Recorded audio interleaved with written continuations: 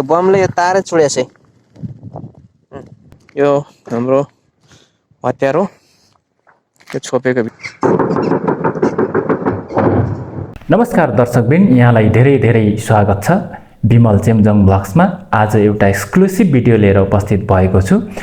24 February 2022 मा रुसले युक्रेनमाथि आक्रमण गरेसँगै दुवै देशबीच युद्धको अवस्थामा रहेका छन्।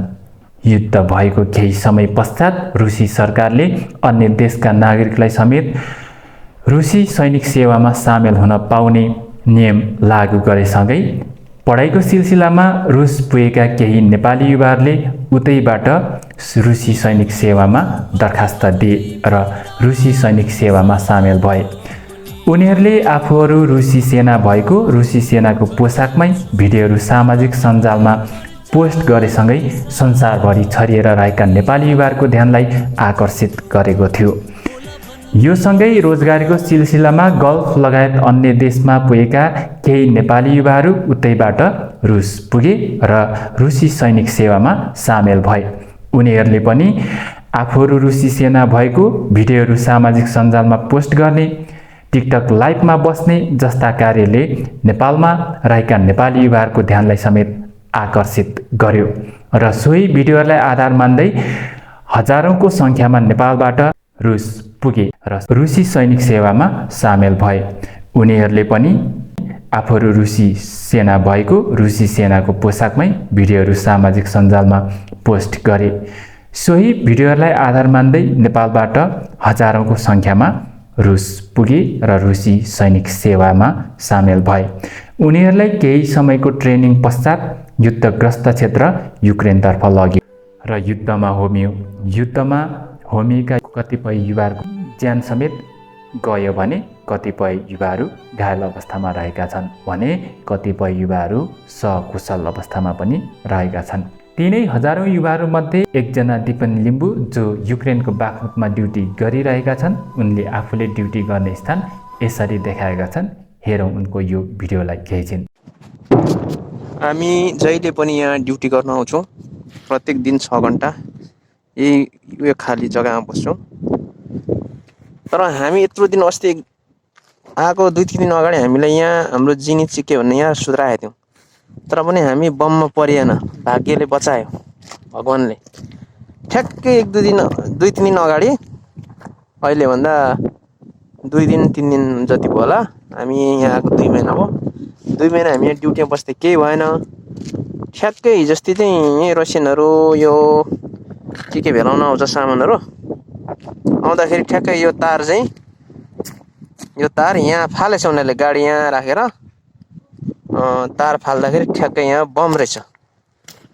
यो खाल्टा छ सानो सानो, यो बममा ठ्याक्कै 2 जना घाइते भयो तिनीहरू। हामी बाँचियो, उनीहरू घाइते भयो।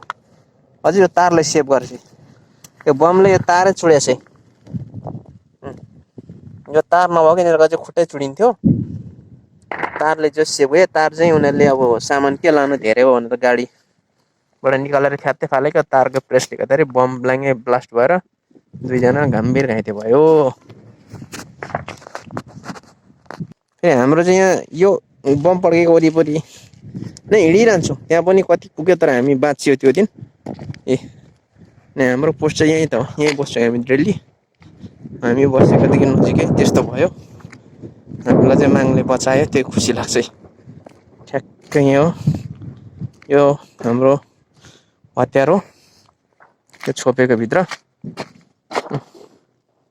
यो छोपेको यहाँ राख्छौँ अनि यहाँ बस्छौँ डेली हामी। यो बसेकोबाट नजिकै हो, त्यो उतै हो ठ्याक्कै उयो। त्यस्तो भयो, बचायो हामीलाई, त्यो खुसी कुरो छ। ल त यति भन्दै भिडियोलाई यहीँ टुङ्ग्याएँ। आज फेरि लडाइँले अलिकति गति लिइरहेछ, चारैतिर पड्किरहेछ, माथि चिलिलिली बोलिरहेछ।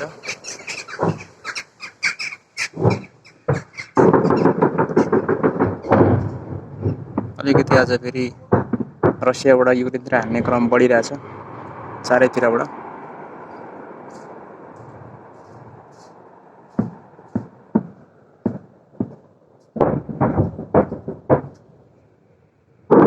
ड्याङ र डुङडुङ आवाज चारैतिरको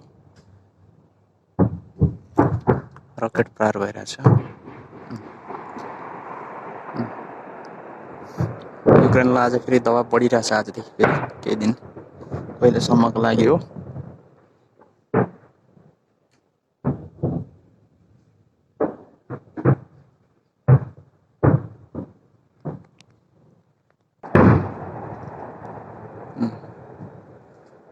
आर्टिलरीले हाने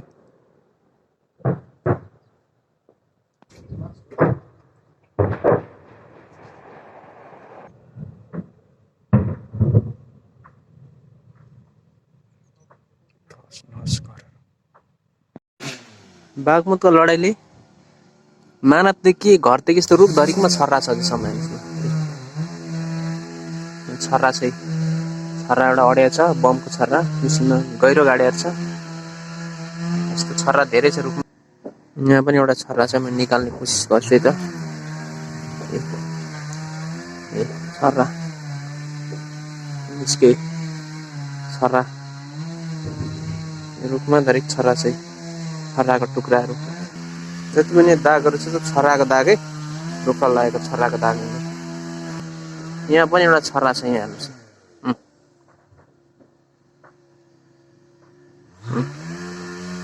टिनको पाप रास्ता छर्रा रहेछ बमको टुक्रा यहाँ पनि एउटा छर्रा छ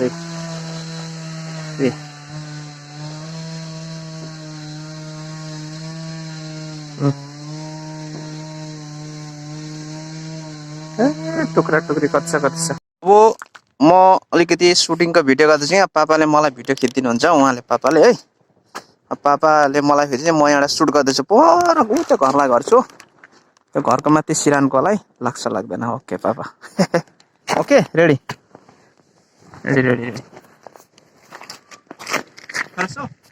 रेडी पापा Хорошо. Okay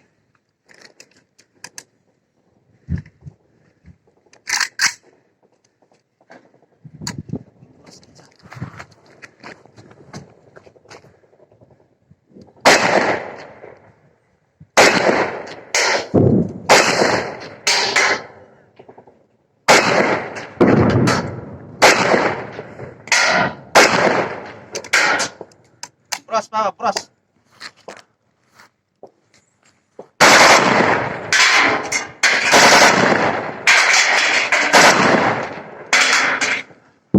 Finish. Финиш. Finish.